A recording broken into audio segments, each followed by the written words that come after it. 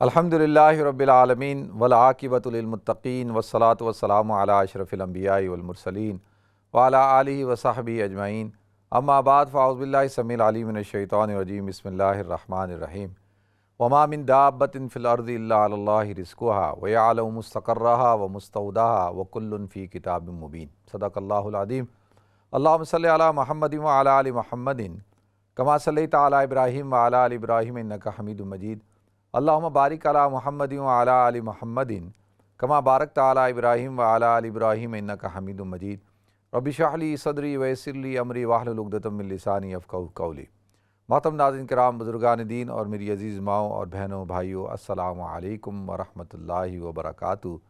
میں آپ کا میزبان عبدالوہاب آپ کو پروگرام گفتگو کے اندر خوش آمدید کرتا ہوں۔ ناظرین، دنیا کے اندر تمام کے تمام جو انسان ہیں وہ ایک خوف میں مبتلا ہوتے ہیں۔ وہ خوف کیا ہے کہ ہم کھائیں گے کہاں سے، ہمارا مستقبل کیا ہوگا، اگر جاب چھوٹ گئی، دکان بند ہو گئی، کاروبار میں نقصان ہو گیا، کھیتی باڑی اچھی نہیں ہوئی تو ہم بھوکے مر جائیں گے۔ تو عام طور پر آپ دیکھیں گے کہ اکثر لوگ دنیا کے اندر وہ اس خوف میں مبتلا ہوتے ہیں اور ان کو فکر معاش درپیش ہوتا ہے۔ اور اکثر آپ لوگوں سے یہ بھی سنیں گے کہ وہ کہیں گے کہ یار یہ پیٹ ساتھ لگا ہوا ہے، بھائی روزی روٹی کے لیے کرنا پڑتا ہے۔ اور اس قسم کی گفتگو آپ سنیں گے کہ لوگ کہتے ہیں کہ بھائی ہم اگر کام نہ کریں، اگر ہم تو اس کا کیا بنے گا، کھائیں گے کہاں سے، کھائیں گے کہاں سے۔ اکثر آپ یہ سنتے ہیں کہ کھائیں گے کہاں سے۔ تو بحیثیت مسلمان ہونے کے اللہ رب العزت نے قرآن پاک میں جگہ جگہ پہ مختلف مواقع پہ ارشاد فرمایا ہے کہ تمام کے تمام انسان میری مخلوق ہیں، میں نے ان کو پیدا کیا ہے، اور ان کی جو ضرورتیں ہیں اور جو ان کی زندگی کی بقا کے اسباب ہیں، چاہے وہ رزق کی صورت میں ہوں، چاہے وہ دنیا کے جو مختلف جو اللہ تعالیٰ نے چاند سورج ستارے رکھے ہیں ان کی صورت میں ہوں، وہ سب اللہ تعالیٰ نے اپنے اختیار میں رکھے ہیں، اللہ تعالیٰ نے اپنے کنٹرول میں رکھا۔ جیسا کہ قرآن پاک میں اللہ رب العزت نے سورہ ہود میں ارشاد فرمایا وَمَا مِن دَابَّةٍ فِي الْأَرْضِ إِلَّا عَلَى اللَّهِ رِزْقُهَا، کہ دنیا کے اندر جتنے بھی چوپائے ہیں، وَمَا مِن دَابَّةٍ فِي الْأَرْضِ إِلَّا عَلَى اللَّهِ رِزْقُهَا، تو ان کا جو رزق ہے وہ اللہ تعالیٰ نے اپنے ذمہ رکھا ہے۔ الا علی اللہ، یہاں پہ اللہ پر لفظ علی تاکید کے لیے آیا ہے کہ اللہ نے اپنے اوپر فرض کر لیا ہے۔ یعنی اللہ رب العزت کی ذات تو لوگوں کے اوپر چیزیں مقرر کرتی ہیں نا، اللہ نے ہم پر چیزوں کو فرض کیا ہے، اللہ نے اپنے اوپر تو کوئی چیز فرض نہیں کی ہے۔ لیکن اللہ تعالیٰ یہاں پہ ارشاد فرماتے ہیں الا علی اللہ رزقها، کہ جتنے بھی چوپائے ہیں ان کا رزق میرے ذمہ ہے۔ اللہ اپنے آپ پر اس ذمہ داری کو لاگو کرتے ہیں کہ میری ذمہ داری ہے کہ میں ان کو رزق عطا کروں گا۔ تو الا علی اللہ رزقها، پھر آگے اللہ تعالیٰ ارشاد فرماتے ہیں وَيَعْلَمُ مُسْتَقَرَّهَا وَمُسْتَوْدَعَهَا، اللہ تعالیٰ ان کے مستقر کو بھی جانتا ہے، مستودع کو بھی جانتا ہے۔ ان دونوں لفظوں کی میں تشریح کرتا ہوں۔ وَكُلٌّ فِي كِتَابٍ مُبِينٍ، اللہ کہتے ہیں کہ ہر چیز جو ہے کتاب میں لکھی ہوئی ہے، کتاب میں موجود ہے۔ حضور اکرم صلی اللہ علیہ وسلم نے ارشاد فرمایا کہ انسان کے پیدا کرنے سے 50,000 سال پہلے اللہ تعالیٰ نے اس کی تقدیر کو لکھ دیا تھا، اور تقدیر کے اندر یہ اللہ تعالیٰ نے کہ اس کا رزق کتنا ہوگا، کتنا رزق دیا جائے گا، یہ بھی اللہ تعالیٰ نے لکھ دیا۔ اس کی موت کہاں ہوگی، کب ہوگی، نیک ہوگا، صالح ہوگا، اور یعنی بدبخت ہوگا، نیک بخت ہوگا، مسلمان ہوگا، کافر ہوگا، یہ اللہ تعالیٰ نے لکھ دیا۔ تو اللہ تعالیٰ ارشاد فرماتے ہیں کہ کائنات میں جتنے بھی چوپائے سے مراد کیا ہوتا ہے ناظرین؟ چوپائے سے مراد وہ جو چلنے والے جانور ہیں، رینگنے والے جانور ہیں، دابہ، تو ان کا رزق اللہ کہتے ہیں کہ میرے ذمہ ہے، میں ان کو رزق عطا کروں گا۔ تو اب یہاں پر اس آیت سے ایک تو ہمارے عقیدے کی بات اللہ تعالیٰ نے بیان کر دی کہ مسلمانوں کا کیا عقیدہ ہونا چاہیے۔ بنیادی طور پہ مسلمانوں کا عقیدہ یہ ہونا چاہیے کہ اللہ نے جب پیدا کیا ہے اور اللہ جب کہہ رہا ہے کہ میں نے تمہارا رزق مقرر کر دیا ہے، میں نے تمہارے رزق کو لکھ دیا ہے، تو اب اس بات پر تو ہمارا پورا کامل یقین ہونا چاہیے کہ اللہ کی ذات ہماری رازق ہے۔ ان اللہ هو الرزاق، کہ اللہ رزاق ہے، اللہ کا ایک نام ہے رزاق۔ تو رزاق اس کو کہتے ہیں جو بہت زیادہ عطا کرنے والا ہو، جو بہت زیادہ دینے والا ہو، اور یہاں پہ رزق سے مراد یہ ہے کہ ہر قسم کی نعمت، ہر قسم کی دنیاوی اسباب، ہر چیز جو عطا کرتا ہے اس کو کہتے ہیں رزاق، اور ہم مرزق ہیں، ہمیں دیا جاتا ہے۔ تو جو بھی، اب رزق کے اندر صرف کھانا پینا نہیں ہے، رزق کے اندر ہر چیز شامل ہے زندگی کے لیے، جو بھی ضرورت ہے وہ سب کی سب جو ضروریتیں ہیں اللہ تعالیٰ نے رکھی ہیں وہ سب شامل ہیں۔ تو اب اللہ تعالیٰ نے فرما دیا کہ بھئی یہ میری ذمہ داری ہے۔ تو یہ عقیدے کی بات ہو گئی۔ ایک مسلمان اور ایک غیر مسلم، ایک مومن اور غیر مومن کا بنیادی طور پر نظریہ کیا ہونا چاہیے؟ مومن کا نظریہ یہ ہونا چاہیے کہ میرا اللہ جس نے مجھے پیدا کیا ہے وہی میرا خالق ہے، مالک ہے، رازق ہے۔ تو جب اس نے مجھے پیدا کر دیا ہے، جب اس نے مجھے وجود دے دیا ہے، جب اس نے مجھے انسان بنا دیا ہے، اور انسان کی بقا کے لیے جو اسباب مقرر ہیں وہ اللہ تعالیٰ نے میرے لیے جو مقرر کیے ہیں، اس کی ذمہ داری اللہ نے اپنے پاس رکھی ہے۔ تو اللہ فرماتے ہیں کہ یہ اب رزق میرے ذمے، اس سے عقیدے کی بات سمجھ میں آ گئی۔ اور دوسری بات جو ہوتی ہے وہ ذہن میں ہے کہ معاش، کہ انسان جو ہے وہ معاش اختیار کرتا ہے۔ اللہ تعالیٰ نے اسباب کے طور پر انسان کی ذمہ داری لگا دی کہ وہ کھیتی باڑی کرے گا، وہ شکار کرے گا۔ جو آج کے دور کے اندر تو زیادہ تر لوگ کیا کرتے ہیں؟ ملازمت کرتے ہیں، بزنس کرتے ہیں، تجارت کرتے ہیں، دکانیں کھولتے ہیں، کھیتی باڑی بھی کرتے ہیں، فارمنگ بھی کرتے ہیں، اور شکار بھی کرتے ہیں۔ جیسے مچھلی کا شکار کیا جاتا ہے اور مچھلی کا شکار کر کے لا کے جو ہے وہ مچھلیاں بیچتے ہیں، اسی طریقے سے اس کی فارمنگ بھی ہوتی ہے۔ اسی طرح سے اب یہ اللہ تعالیٰ نے معاش کے اسباب رکھ دیے۔ پھر اس کے ساتھ ساتھ اللہ تعالیٰ نے یہ بھی ارشاد فرما دیا کسب الحلال فریضۃ بعد الفریضہ، کہ حضور اکرم صلی اللہ علیہ وسلم ارشاد فرماتے ہیں کہ اللہ تعالیٰ نے اور فرائض کے بعد رزق حلال کو کمانا، کسب کمانا اس کو اللہ تعالیٰ نے فرض قرار دیا۔ اب بنیادی طور پر جتنی بھی مخلوقات ہیں ان میں صرف اور صرف ایک حضرت انسان ہے کہ اللہ تعالیٰ نے جس کے ذمے لگایا ہے کہ وہ کام کرے گا۔ جیسا کہ حضور اکرم صلی اللہ علیہ وسلم نے ارشاد فرمایا کہ تمہارے ذمے تو لگا دیا گیا، لیکن تمہیں توکل کیسے اختیار کرنا ہے، تمہارا بھروسہ کس کی ذات پہ ہونا چاہیے۔ کہا کہ جس طریقے سے پرندے جب اپنے گھونسلوں سے نکلتے ہیں صبح کے وقت خالی پیٹ، اور جب واپس لوٹتے ہیں تو ان کے پیٹ بھرے ہوئے ہوتے ہیں، لیکن شرط کیا ہے کہ ان کو بھی یہ کہ وہ گھروں سے نکلیں، گھونسلوں سے نکلیں، اپنی جو ان کی آرام گاہیں ہوتی ہیں وہاں سے نکل کے چراگاہوں کی طرف جاتے ہیں، تو وہ بھی، ان کو بھی نکلنے کا حکم ہے۔ تو جیسے اللہ تعالیٰ فرماتے ہیں کہ بھائی پھر اے حضرت انسان تو نے بھی جو ہے وہ نکلنا ہے، تو نے بھی جو ہے محنت کرنی ہے، لیکن وہ سبب کے درجے میں عطا کرنا ہمارا کام ہے، ہم دیں گے تمہیں، ہماری ذمہ داری ہے۔ یہ ذمہ داری کس کی ہے؟ وہ میری ہے۔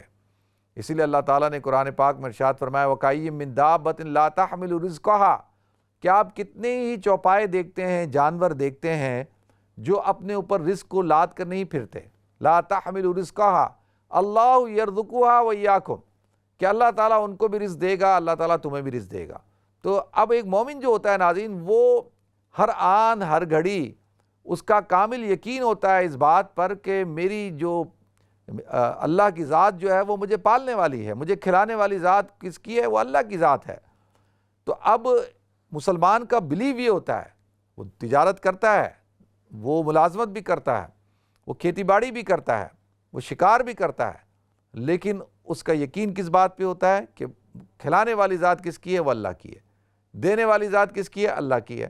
اب ایک آدمی یہ دکان کھولتا ہے، سارا دن دکان پہ بیٹھا ہوا ہے، دوسرے نے بھی دکان کھولی، وہ بھی بیٹھا ہوا ہے۔ اب ایک جو ہے دن میں 100 پاؤنڈ کماتا ہے اور ایک دن میں 1 پاؤنڈ بھی نہیں کمایا، تو گاہک کس نے بھیجا؟ وہ اللہ بھیجتا ہے۔ اللہ تعالیٰ رزق کے اسباب پیدا کرتا ہے، اللہ رب العزت ہی رزق عطا کرتا ہے۔ تو یہ مسلمان کا ایک کامل یقین ہونا چاہیے۔ اچھا، اس میں ایک بات جو ضمناً میں نے عرض کی ابھی، حضور اکرم صلی اللہ علیہ وسلم نے ارشاد فرمایا کہ تمہارا توکل پرندوں کی طرح ہونا چاہیے۔ جیسے وہ اللہ کی ذات پر بھروسہ کرتے ہیں، نکلتے ہیں، تو اللہ ان کو خالی پیٹ واپس نہیں بھیجتا، اسی طرح تم بھی اپنے گھروں سے نکلو، محنت کرو، جو اللہ تعالیٰ نے تمہاری ذمہ داری لگائی ہے اگر تم تجارت کرتے ہو، کھیتی باڑی کرتے ہو، تمہاری دکان ہے، تم کسی قسم کے معیشت کے شعبے کے اندر وابستہ ہو تو تم اپنا کام کرو، باقی چھوڑ دو اللہ کے ہاتھ میں۔ اللہ رب العزت جو ہے وہ تمہیں کھلائے گا، اللہ تعالیٰ تمہیں پالے گا، تمہیں بھی کھلائے گا، تمہاری اولاد کو بھی کھلائے گا۔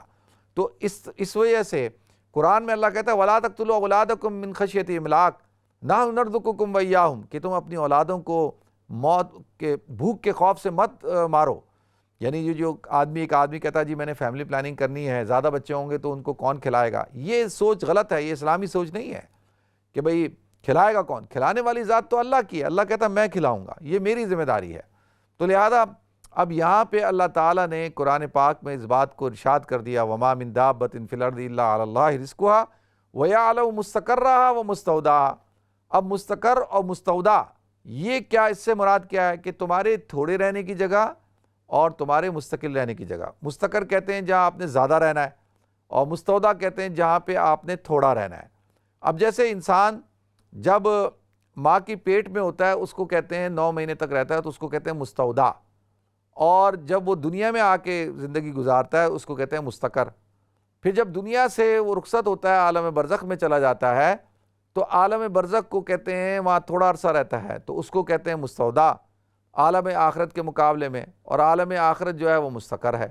اسی طرح سے پھر عالم آخرت حشر کا میدان جو ہے، اس کے بعد جب حساب کتاب ہوگا تو اس وقت، تو اب یہ کیا ہے کہ اللہ کہتا ہے ہمیں پتہ ہے کہ تم نے کہاں کتنا ٹھہرنا ہے، کہاں تھوڑا ٹھہرنا ہے، کہاں زیادہ ٹھہرنا ہے، تو ہم تمہارے مستقر کو بھی جانتے ہیں، مستودع کو بھی جانتے ہیں، تو ہم ہر جگہ جب ہم جانتے ہیں تو ہم رزق بھی تمہیں عطا کریں گے۔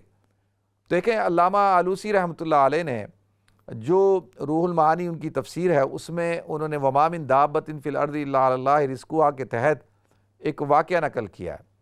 آپ فرماتے ہیں کہ جب حضرت موسیٰ علیہ السلام طور پہ گئے تو پیچھے سے ایک روایت میں آتا ہے کہ ان کی اہلیہ محترمہ پیگننٹ تھیں، تو ان کو فکر ہوئی کہ بھائی وہ پیگننٹ ہے، بچہ ہوگا، کون سنبھالے گا، گھر والوں کو کھلائے گا پلائے گا، انتظام کون کرے گا۔ ایک ذہن میں ایک آیا، ایک ایسی کہ بھئی فکر آتی ہے نا انسان کو، ہر آدمی کو آتی ہے، تو اللہ کے نبی تھے، انسان بھی تھے، تو اللہ تعالیٰ نے کہا ہے موسیٰ تم فکر کس بات کی کر رہے ہو، اللہ تعالیٰ نے حکم دیا ہے موسیٰ تمہارے ہاتھ میں جو عصا ہے، اس عصا کو تم اس پتھر پہ مارو۔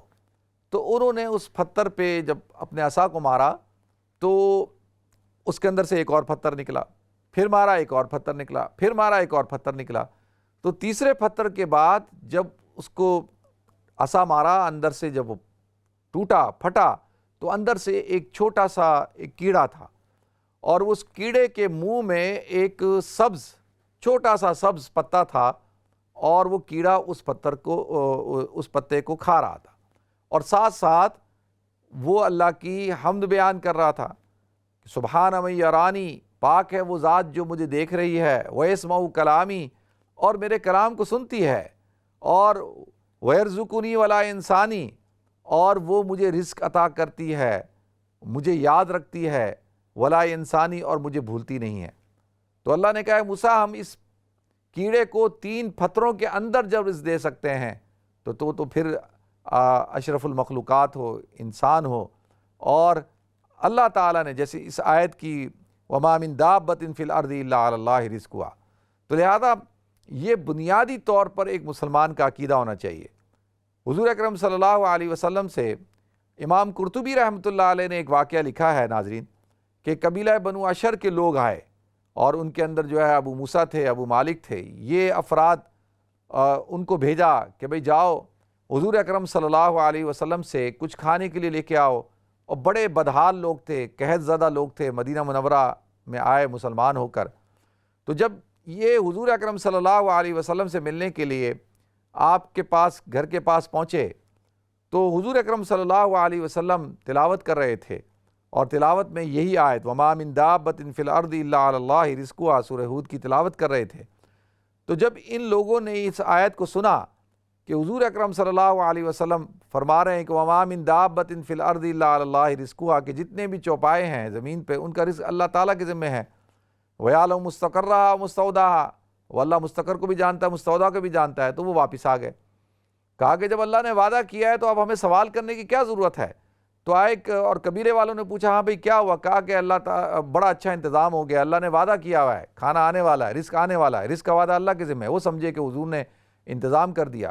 دیکھا تھوڑی دیر بعد ایک شخص جو ہے ایک بہت بڑا تھال بھرا ہوا کھانے کا لے کے آیا، اور ان سب نے کھایا، اور جب کھانا بچ گیا تو یہ واپس حضور اکرم صلی اللہ علیہ وسلم کے پاس آئے، کہا یا رسول اللہ یہ کھانا آپ کے لیے آپ نے جو بھجوایا تھا بچ گیا۔ تو حضور نے فرمایا میں نے تو نہیں بھجوایا تھا۔ تو کہا کہ بھئی ان سے پوچھا کہ تم نے حضور سے نہیں کہا؟ انہوں نے کہا نہیں، ہم آئے تھے حضور یہ قرآن کی آیت پڑھ رہے تھے، تو لہذا ہم نے کہا جب اللہ نے وعدہ کیا ہے، تو حضور نے فرمایا کہ دیکھو یہ جو ما من دابۃ فی الارض الا علی اللہ رزقها ہے، کہ یہ اللہ کا وعدہ ہے کہ اللہ رزق پہنچاتا ہے، تو اللہ نے تمہارے لیے رزق کا یہ سبب پیدا کیا۔ تو لہذا ناظرین اللہ تعالیٰ مجھے اور آپ کو ہم سب کو کامل یقین عطا فرمائے، اور اس فکر سے آزادی عطا فرمائے، جس اللہ نے ہمیں پیدا کیا وہ اللہ ہمیں کھلائے گا بھی پلائے گا بھی، اور اللہ تعالیٰ نے جو مقرر کیا وہ اللہ ہمیں عطا بھی کرے گا۔ وآخر دعوان الحمدللہ رب العالمین۔ ناظرین ہمیں بریک کی طرف جانا ہے، انشاءاللہ بریک کے بعد حاضر ہوتے ہیں۔ السلام علیکم ورحمۃ اللہ وبرکاتہ۔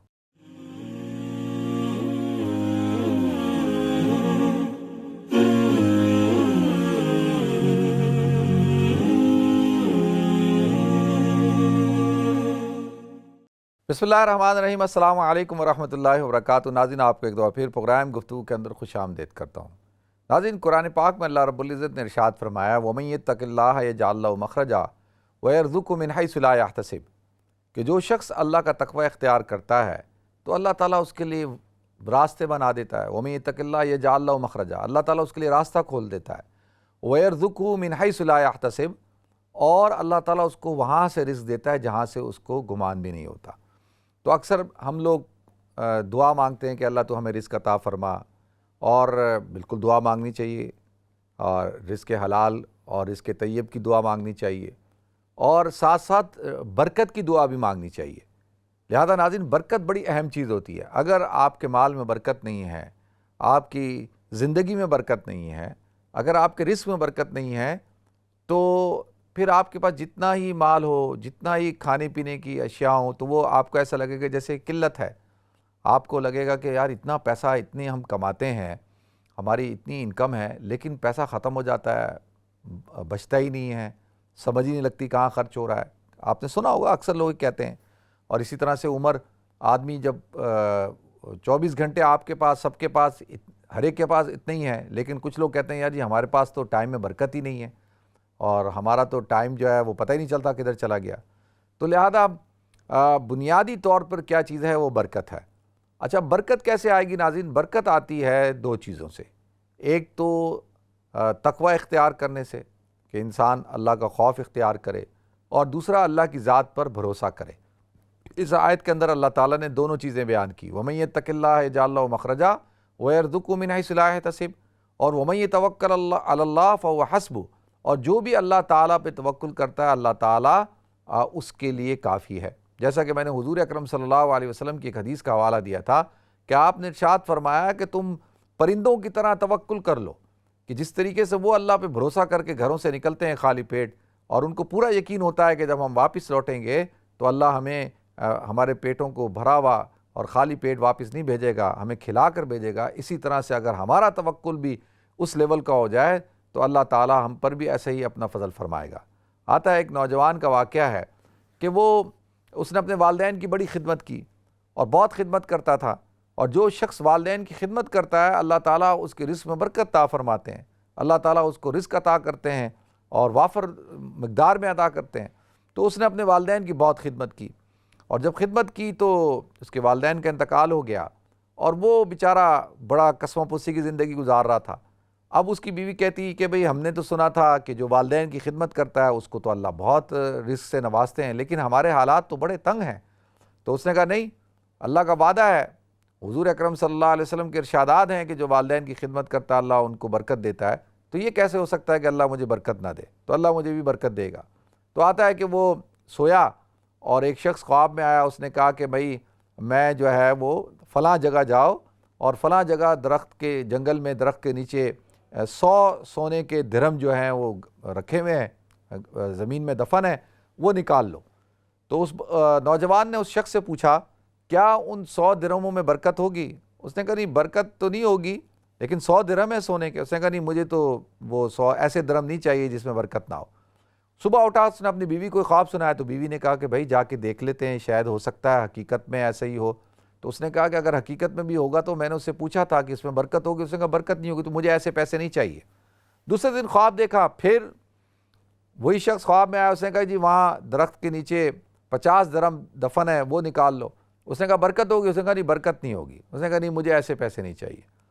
تو پھر اس نے اپنی بیوی کو بتایا، بیوی کہنے لگی کہ بھئی تم کیوں ایسا کر رہے ہو؟ اچھا دیکھیں، اکثر آپ حضرات ماشاءاللہ آپ حضرات کے ساتھ یہ ایکسپیرینس ہوا ہوگا، جب بھی انسان کسی پریشانی میں مبتلا ہو یا کوئی ایشو ہو یا ایسا کوئی خواب دیکھے، تو شوہر اپنی بیوی کو بتاتا ہے، اور بیوی کس کو بتاتی ہے؟ شوہر کو بتاتی ہے۔ تو اب اس کے اندر دونوں کا ایک دوسرے کو مشورہ دینا بڑا اہم بنتا ہے۔ اگر خدا نخواستہ، میں ضمن عرض کر رہا ہوں کہ اگر شوہر بیوی کو کوئی بات بتائے اور اس کے اندر بیوی کو لگے کہ یہ بات ٹھیک نہیں ہے، تو اس کو مشورہ دے، اس کو کہے کہ نہیں میری رائے ہے کہ ایسا کرنا ٹھیک نہیں ہے۔ اسی طرح سے اگر بیوی اگر کوئی بات ایسی کرے تو شوہر کا کام یہ ہے کہ اس کو سمجھائے۔ اگر دنیا کے اندر میاں بیوی ایک دوسرے کی اصلاح کرنا شروع کر دیں، ایک دوسرے کو روکنا اور ٹوکنا شروع کر دیں غلط چیزوں میں، تو بہت سارے معاملات حل ہو سکتے ہیں۔ تو اس نے کیا کیا کہ کہا کہ نہیں مجھے ایسے پیسے چاہیے جس میں برکت ہو، پھر سو گیا۔ پھر تیسرے دن خواب میں آیا تو وہی شخص نے کہا کہ بھائی وہ 1 درہم وہاں پہ ہے، وہ درہم لے لو۔ تو اس نے کہا کہ وہ درہم جو ہے اس میں برکت ہوگی، اس نے کہا بالکل برکت ہوگی۔ وہ گیا اور وہ درہم اس نے درخت کے نیچے سے نکالا اور 1 درہم لے کے نکلا۔ تو اس نے کہا بھائی 1 درہم کا میں کیا کروں؟ تو آتا ہے کہ اس نے کہا کہ بھئی ایک مچھلی خریدتا ہوں، کافی عرصے سے مچھلی نہیں کھائی، اور مچھلی خرید کر لے جا کے اپنی بیوی کو دیتا ہے۔ بیوی کہتی یہ کیا؟ کہتا ہے جی وہ 1 درہم ملا، اس کی میں مچھلی لے کے آیا ہوں۔ تو بیوی جو ہے بسم اللہ پڑھ کر مچھلی کو جب صاف کرنے کے لیے اس کا پیٹ کاٹتی ہے، تو اس کے اندر سے ایک ہیرا نکلتا ہے، اور وہ ہیرا وہ بازار میں بیچا جاتا ہے، اللہ تعالیٰ اس سے ان کو برکت دیتا ہے۔ تو عرض یہ کرنا ہے کہ سم ٹائم آپ کو مال تھوڑا نظر آئے گا، وہ حلال کا ہوگا اور وہ آپ کی محنت کا ہوگا اور اس کے اندر برکت ہوگی۔ سم ٹائم آپ کو زیادہ پیسے نظر آ رہے ہوں گے لیکن وہ حلال کے نہیں ہوں گے، وہ حرام کے ہوں گے، تو ان میں وہ کثرت تو ہوگی لیکن برکت نہیں ہوگی۔ تو لہذا اللہ تعالیٰ سے ہمیں برکت کا سوال کرنا چاہیے، برکت مانگنی چاہیے۔ اللہ تعالیٰ ہم سب کو زندگی میں برکت عطا فرمائے، مال دولت اسباب میں ہر چیز میں برکت عطا فرمائے۔